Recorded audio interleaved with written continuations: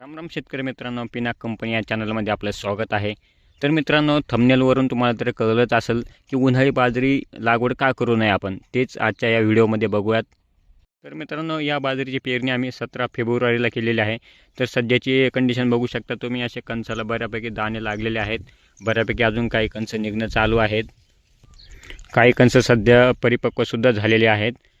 म्हणजे टप्प्याटप्प्याखाली जसं वातावरण असेल किंवा जे कणस लवकर निघलेले आहेत ते लवकर भरतात, काहीला थोडा उशीर पण लागतो. तर आम्ही ही 2 एकरमध्ये पेरणी केलेली आहे. जवळपास याच्यामध्ये 2 बॅग आहेत. एक महोदयाची आहे केसळीवान आणि दुसरी बघू शकता तुम्ही हे पलीकडच्या साईडला आहे बघा, ती USC 7711 व्हरायटी आहे. तरी महोदयपेक्षा तुम्हाला US 7711 ही व्हरायटी चांगली दिसून येईल, ती पण दाखवतो तुम्हाला. कारण की महोदयापेक्षा तिचं कणीस थोडंसं मोठं पडतं. तर उन्हाळी बाजरी आपण का करू नयेत या विषयावर बोलूयात. तर मित्रांनो, जवळपास बाजरीला 4 ते 5 महिने लागतात. बरेचसे लोक दुकानदार म्हणा नाही तर शेतकरी पण तुम्हाला म्हणू शकतात 3 महिन्यात बाजरी येते, 4 महिन्यात बाजरी येते. हे कोणते नाही. आम्ही याच्या अगोदर एक प्लॉट केलेला आहे, त्याला जवळपास 4-4.5 महिने लागलेले आहेत. त्यांना कालावधी कमी आहे. जानेवारी फेब्रुवारीच्या नंतर पेरणी करायची आहे, त्यांनी शक्यतो टाळावंच. कारण की ज्या बाजरीची पेरणी तुम्ही फेब्रुवारीमध्ये करताल ती जवळपास तुम्हाला मेच्या एंडिंगला किंवा जूनमध्येच काढायला येते.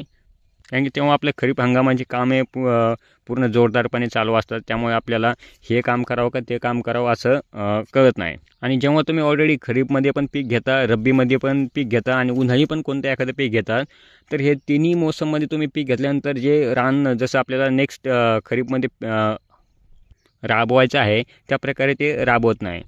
कारण की कोणताही माल निघाल्यानंतर, रब्बीचा माल निघाल्यानंतर शेतीला जवळपास 1 ते 2 महिने रेस्ट देणं गरजेचं आहे, जेणेकरून त्या मातीमधले किडे वगैरे बुरशी सगळं उन्हामुळे नष्ट होऊन जाईल.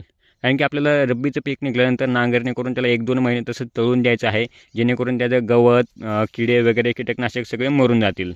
कारण की बरेचशा लोकांचं म्हणणं असतं पाणी असल्यावर बाजरी वगैरे आपण करू शकतो.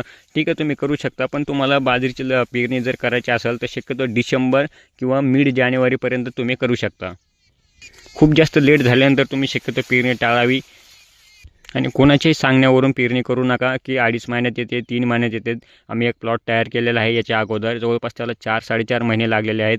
आणि उन्हाळ्यामध्ये एक गोष्ट लक्षात ठेवायची, पाणी पण खूप लागतं. 3 ते 4 दिवसाला आपल्याला परत परत पाणी द्यायला लागतं.